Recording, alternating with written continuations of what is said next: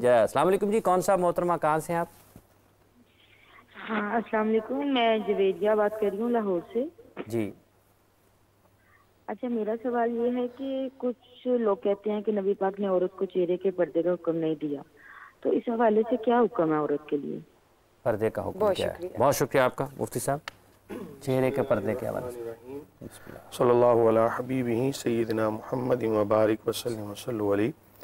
लेकिन बहुत सारी ऐसी चीज़ें हैं कि जिनको समझने की ज़रूरत है, और बाज़ दफ़ा हम हदीस मुबारका के अंदर हुक्म पढ़ते हैं तो हमारे जहन में ये ख्याल आता है कि आज के उलमा ने इस हवाले से उस हुक्म को क्यों बदल दिया। असल में वो बदला नहीं होता।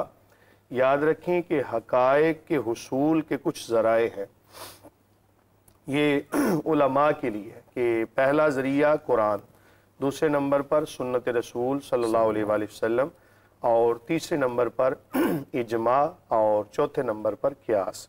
तो ये उलमा की इस्तिलाहात हैं। ये सिर्फ आपको समझाने के लिए कि इन तमाम चीज़ों में से ही अहकामात को लिया जाता है। एक ऐसा हुक्म कि जो यकीनी तौर पे तमाम जो उलूम हैं ये कुरान मजीद फुरकान हमीद से ही निकलते हैं। कुरान को समझने के लिए रसूलुल्लाह सल्लल्लाहु अलैहि वसल्लम की हदीस यानी सुन्नत को साथ मिलाना ज़रूरी है। तो बाज़ दफ़ा एक ऐसा हुक्म कि जो सुन्नत रसूल सल्लल्लाहु अलैहि वसल्लम में ज़ाहरी मौजूद नहीं होता, हकीकत तो वहीं से है, ज़ाहरी मौजूद नहीं होता, तो उसके हवाले से फिर सहाबा कराम अलैहिम रिदवान का इजमा देखा जाता है कि क्या किसी एक मामले के ऊपर सहाबा कराम अलैहिम रिदवान ने मुतफ़क्का तौर पर राय कायम की, तो वो भी एक तरह से रसूलुल्लाह सल्लल्लाहु अलैहि वसल्लम का फरमान ही होता है कि सहाबा कभी भी रिदवानुल्लाहि अलैहिम अजमईन रसूलुल्लाह सल्लल्लाहु अलैहि वसल्लम की तालीमात का खिलाफ नहीं करेंगे।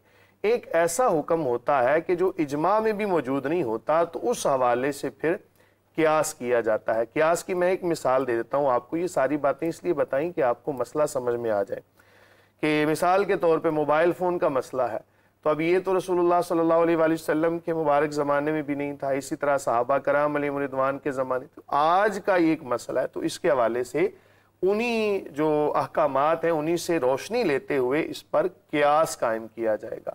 तो बहरहाल रसूलुल्लाह सल्लल्लाहु अलैहि वसल्लम के मुबारक ज़माने में औरत को चेहरे के पर्दे का हुक्म नहीं था।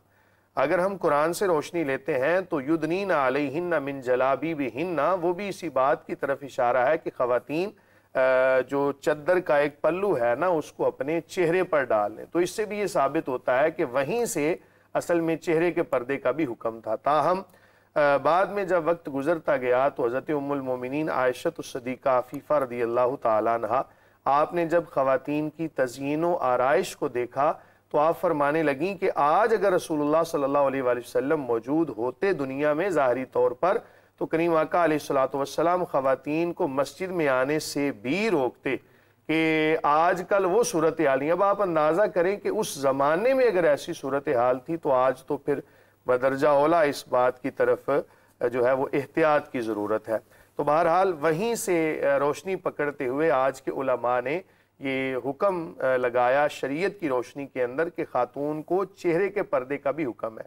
एक और भी बात बता दूं कि अरब जो लोग थे ना, उनकी जब हिस्ट्री को पढ़ा जाता है तो उनकी शायरी के अंदर तमाम तर जो उनके अशार हैं वो ख़वातीन की जो जिसामत है उस पर वो अशार पढ़ा करते थे।